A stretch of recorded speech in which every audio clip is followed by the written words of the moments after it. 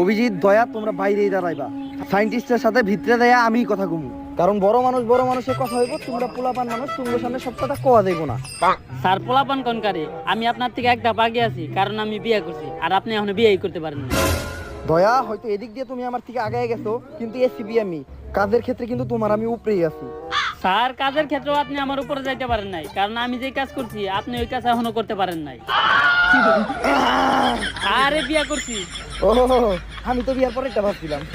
আচ্ছা যাই হোক দয়া, তুমি বড় হয়ে গেছো, অভিজিৎ এনে থাকবো, তুমি আমার লগে যেও। এখন দরজাটা ভাঙবো।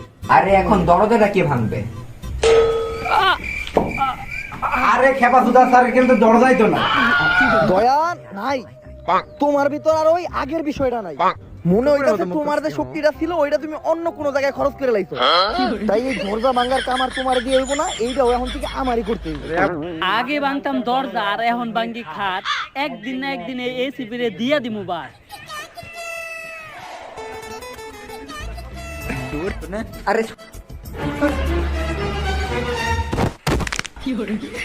এসিপি স্যার, কি হইছে আপনার?